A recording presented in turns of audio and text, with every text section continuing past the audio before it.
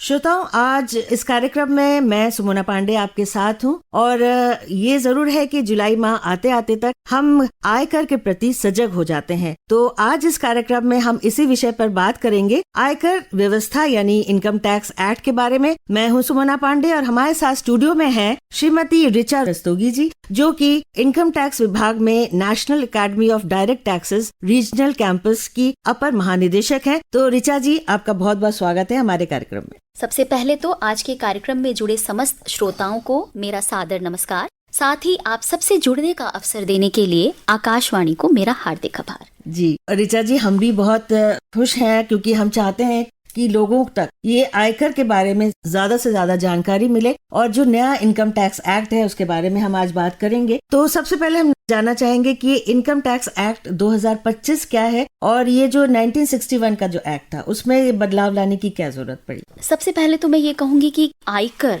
एक किसी भी राष्ट्र की रीढ़ की हड्डी होता है। उसकी अर्थव्यवस्था सब उस पे निर्भर करती है कि कितना आयकर से समृद्ध उस देश का कोष है। ये जो हमारा नया आयकर अधिनियम आया है, यह भी अपने जो आज तक के हमारे इनकम टैक्स या आयकर के प्रावधान हैं, उनको एक सुधारने का या एक स्पष्ट और स्ट्रक्चर्ड वे में लाया गया है। इसको हम इस तरह से समझ सकते हैं कि जैसे आपके घर में कोई अलमारी हो और उसमें 60 साल तक आप चीजें डालते रहें, तो अब आप अगर कोई चीज खोजने लगेंगे तो आपको वो चीज नहीं मिलेगी आराम से, आसानी से, क्योंकि हो सकता है कुछ चीजें ऐसी हो जिसकी जरूरत ही ना हो पर वो अलमारी में पड़ी हो, कुछ चीजें जिनकी एक साथ जरूरत है वो अलग अलग पड़ी हो। तो कुछ ऐसा ही हमारे एक्ट के साथ भी हुआ। तो इस एक्ट में कुछ बदलाव किए गए? बिल्कुल। जो इस एक्ट का मेन जरूरत जो फील हो रही थी लोगों को और जो इसका कारण था, जिसके लिए 2024 के बजट भाषण में हमारी माननीय वित्त मंत्री ने घोषणा की थी कि एक नया एक्ट लाया जाएगा,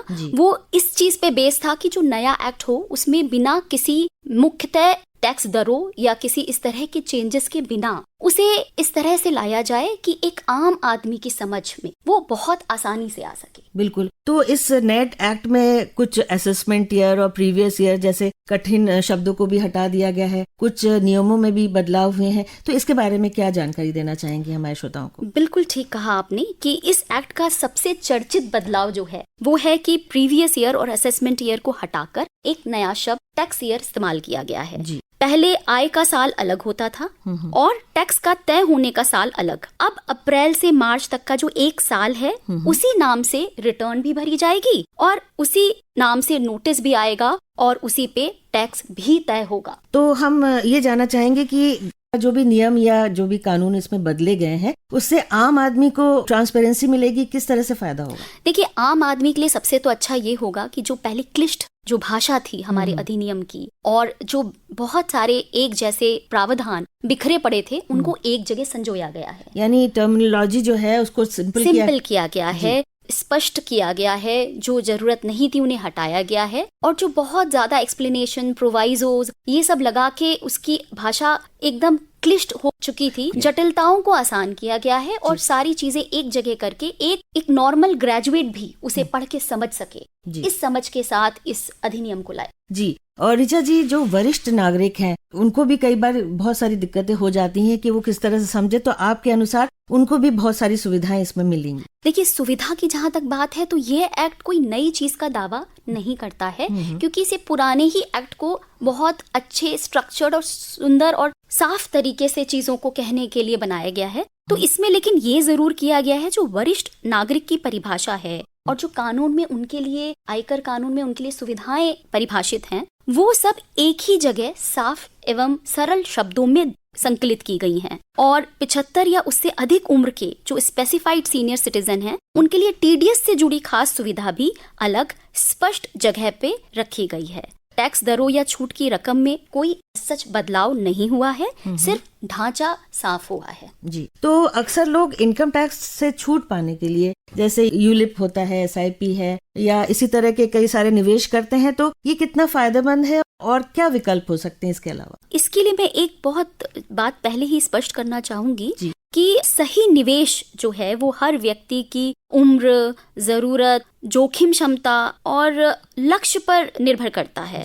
तो इसलिए अंतिम फैसला कि आपको किस में इन्वेस्ट करना है ये किसी फाइनेंशियल एडवाइजर की सलाह लेके करें तो हमेशा अच्छा रहता है। और अक्सर ये देखा जाता है कि लोग टैक्स बचाने के लिए इंश्योरेंस, SLP, यूलिप आदि में बड़ी रकम लगा देते हैं, जबकि ये याद रखना जरूरी है कि यह टैक्स बचाने के रास्तों में सिर्फ एक रास्ता है। जी, ऋण जो है यानी होम लोन जो है इसमें भी 2 घरों के लिए मिल सकता है। तो ये भी लोगों को आज शायद मुझे लगता है ये बात समझ में आ रही होगी, क्योंकि कई बार लोग सोचते हैं कि हमने एक घर ले लिया तो दूसरे घर का हम कैसे उसमें भरा जाए। तो इसके बारे में थोड़ा विस्तृत से देखिए, जो हमारा एक्ट है उसमें अगर आप कोई गृह खरीदते हैं तो आपको 2 घरों तक आप जो भी उसके खरीदने पे टैक्स या जो आपका ब्याज लग रहा है उस पे 2 लाख तक की छूट पा सकते हैं वार्षिक। अच्छा, तो इसको डिस्क्लोज करने में कहीं भी कोई प्रॉब्लम नहीं आएगी कि आपने 2 घर लिए हुए हैं? बिल्कुल। इसमें एक चीज मैं ये बताना जरूर चाहूंगी कि आज हमारे समय में 2 टैक्स रिजीम है, एक ओल्ड टैक्स रिजीम और एक न्यू टैक्स रिजीम। तो जितने भी हम डिडक्शंस की बात कर रहे हैं या एग्जेम्पशंस की बात कर रहे हैं ये पुरानी टैक्स रिजीम जो है उसमें उपलब्ध है।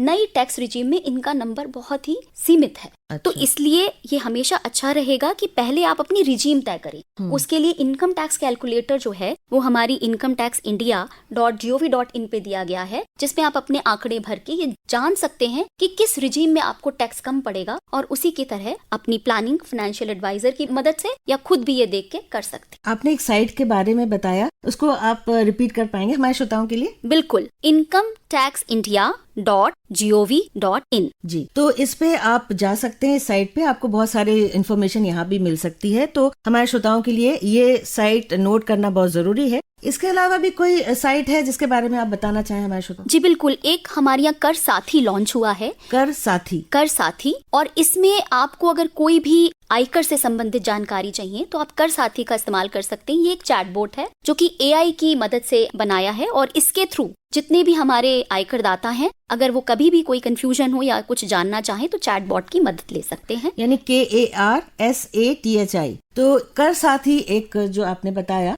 इसमें भी जाकर आदमी अपनी जो भी उनकी जिज्ञासाएं हैं उनके बारे में जान सकते हैं। कभी कभी ऐसा भी होता है कि टैक्स रिटर्न भरते वक्त कोई गलती से कुछ गलत इन्फॉर्मेशन चली गई, तो उसको क्या ठीक करने का कोई सुविधा मिली हुई है? बिल्कुल, ये पुराने एक्ट में भी थी और अभी नए अधिनियम में भी है कि अगर आपका जो रिटर्न है वो भर नहीं पाता है तय तिथि तक, तो आपके पास बिलेटेड, रिवाइज्ड और अपडेटेड रिटर्न है। ये अलग अलग चीजों के लिए हैं, जैसे कि अगर ये सारे के सारे जो रिटर्न्स के प्रावधान हैं ये सेक्शन 263 में एक साथ दिए गए हैं। और अगर समय के अंदर गलती पकड़ा जाती है कि आपने एक रिटर्न भर दिया और आपको लगता है कि अरे मैंने गलत इसमें दिखा दिया, तो आप समय के अंदर है तो आप रिवाइज रिटर्न भर सकते हैं और उसके भी जो तय तारीखें हैं उसके अंदर आपको रिटर्न भरना होता है। और अगर आपने रिटर्न भरा ही नहीं है तो बिलेटेड रिटर्न भर सकते हैं। और जी, तो जो बिलेटेड रिटर्न भरना चाहेंगे तो उसके साथ कुछ फीस या कोई इस तरह का लेट फी टाइप का कुछ होता होगा? बहुत सही बात आपने पूछी है और मुझे लगता है सबको ये जानना भी चाहिए कि अगर आप रिटर्न नहीं भरते हैं अपनी तय तारीख तक तो आपको हमारा ये अधिनियम सुविधा तो देता है बिलेटेड रिटर्न की, लेकिन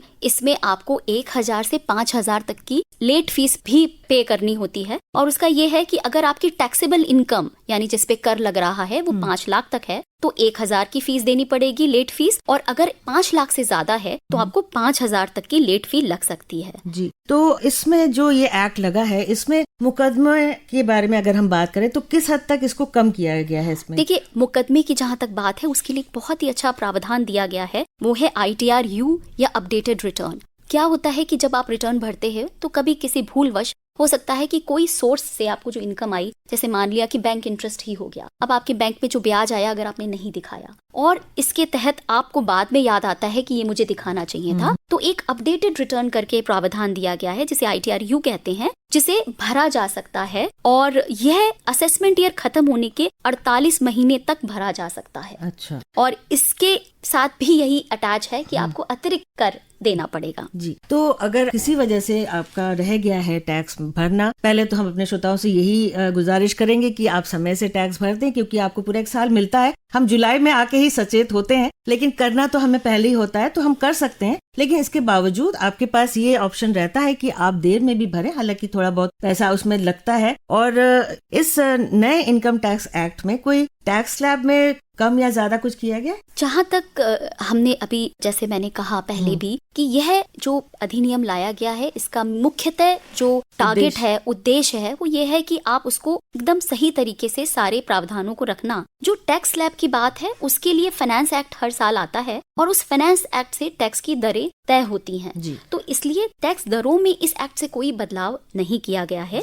और चलते चलते हमारे श्रोताओं को कुछ संदेश आप देना चाहेंगी, क्योंकि और हमारे श्रोता बहुत जागरूक हो गए हैं, क्योंकि उनको टैक्स भरना है। वो जगह जगह पे कई बार सीएस के मदद से अपनी टैक्स को भरते हैं, क्योंकि अमूमन जो आम नागरिक है वो टैक्स भरने से कतराता है ना। तो उनके लिए कोई संदेश आप देना चाहें, क्योंकि ये अब इतना सरल हो गया है, तो मेरे ख्याल से इसमें देर करने की कोई आवश्यकता नहीं है। जी, मैं बस यही कहना चाहूंगी कि हमारे आयकर विभाग का जो एक नया मैस्कट लॉन्च हुआ है, मधुकर, वो यह दिखाता है कि आप जैसे एक मधुमक्खी एक फूल से रस लेती है बिना किसी फूल को दर्द दिए, उसी तरह से हमें भी आयकर लेना है बिना किसी भी आयकर दाता को परेशानी दिए। और इसी के तहत बहुत सारे चेंजेस डिपार्टमेंट ने किए हैं, जैसे कि हमने अभी देखा कि हमारा इनकम टैक्स एक्ट सरल किया है, फेसलेस और डिजिटल प्रोसेस को कानून में शामिल किया गया है, डेटा ड्रिवन और प्री फिल्ड कंप्लायंसेस, यानी जब आप रिटर्न भरते हैं तो प्री फिल्ड डेटा आपके पास आता है। तो एक तरीके से ये हमने ईज ऑफ कंप्लायंस किया है। तो इस ईज ऑफ कंप्लायंस को करके आप आसानी से अपने सारे लॉ को, जो कानून है,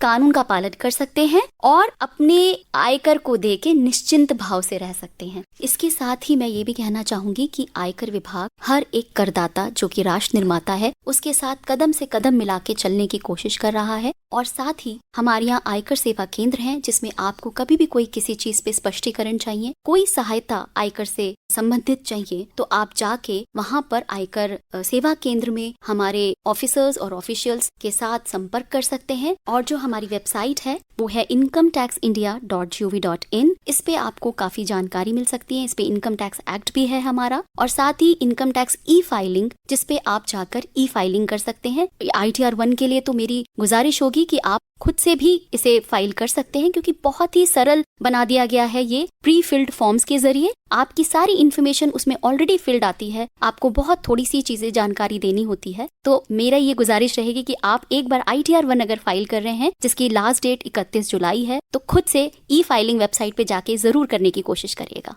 तो ये मैं कहूंगी कि हम आगे विकसित देश की तरफ बढ़ रहे हैं। 2047 हमारे प्रधानमंत्री का विकसित भारत मिशन है, तो इसके लिए हम सबको अपना योगदान देना है। आप सबका योगदान, हम सबका योगदान मिलके हमारे देश को बहुत आगे तक ले जा सकता है। जो ये कानून में बदलाव हुआ है वह सिर्फ एक रिफॉर्म नहीं है, वह विकसित भारत 2047 की नींव का हिस्सा है। जटिल भाषा की जगह सरल भाषा, संदेह की जगह स्पष्टता और टकराव की जगह सहयोग, प्री फिल्ड रिटर्न और फेसलेस असेसमेंट जैसी सुविधाएं भी इसी सोच से आई हैं कि नागरिक का समय बच सके और उसे कानून के पालन में आसानी हो। सरकार की तरफ से आप पर भरोसा दिखाया गया है, दिखाया जा रहा है। कम से कम स्क्रूटनी, ज्यादा से ज्यादा सेल्फ सर्टिफिकेशन, ताकि दिन ब दिन ये भरोसा और मजबूत हो। और जब हम नागरिक सही जानकारी देंगे और समय पे कंप्लायंस करेंगे, तो निश्चित हमारा देश आगे प्रगति भी करेगा और नॉन इंट्रूसिव और वॉलंटरी टैक्स कंप्लायंस पर आगे हमारा देश बढ़ सकेगा। जी ऋचा जी, 24 जुलाई आप लोगों के लिए बहुत खास दिन है, कुछ इस बारे में बताएं हमारे श्रोताओं। जी, 24 जुलाई हमारे लिए बहुत ही खास दिन है, क्योंकि इस दिन हम अपना 167th इनकम टैक्स डे बना रहे हैं। क्या बात है। आपको हम लोगों की और हमारे श्रोताओं की तरफ से बहुत बहुत शुभकामनाएं। बहुत बहुत धन्यवाद। तो इस दिन 1860 में पहली बार सर जेम्स विल्सन ने पहला आयकर अधिनियम, जो आधुनिक स्वरूप में आज हमारा टैक्स अधिनियम है, उसकी नींव रखी थी। तो इस चीज के लिए हम बहुत ही आपके आभारी हैं कि आपने हम लोगों का साथ दिया। आज हम लोग यहाँ तक पहुँचे हैं और भी आगे जाने की आकांक्षा है। जी श्रोताओं, आज के कार्यक्रम में आपने जाना नए इनकम टैक्स एक्ट के बारे में, और बहुत ही विस्तार से, बहुत ही सुंदर तरीके से इसके बारे में जानकारी दी। हमारे साथ मौजूद थी इनकम टैक्स विभाग की national academy of direct taxes regional campus की अपर महानिदेशक श्रीमती ऋचा रस्तोगी जी। तो ऋचा जी, आपका बहुत बहुत धन्यवाद, आभार हमारी तरफ से भी कि आपने इतनी सारी जानकारी हमारे श्रोताओं को दी। और आगे भी हम आपसे बिल्कुल मिलते रहेंगे और अपने श्रोताओं से रूबरू कराते रहेंगे, क्योंकि क्योंकि ये जरूरी है कि वो इसके बारे में ज्यादा से ज्यादा जानकारी आकाशवाणी के माध्यम से ले सके। कुछ कहना चाहेंगे आप? बस एक आखिरी बात कह के मैं अपनी बात समाप्त करूंगी कि हर एक टैक्स पेयर नेशन बिल्डर है। आपका दिया एक एक रुपया सड़कों, स्कूलों, अस्पतालों और सुरक्षा में लगता है। आपसे गुजारिश है कि टैक्स बोझ नहीं, विकसित भारत की नींव में अपनी ईंट के रूप में देखिए। एक बार फिर बहुत बहुत धन्यवाद। जय हिंद। नमस्कार।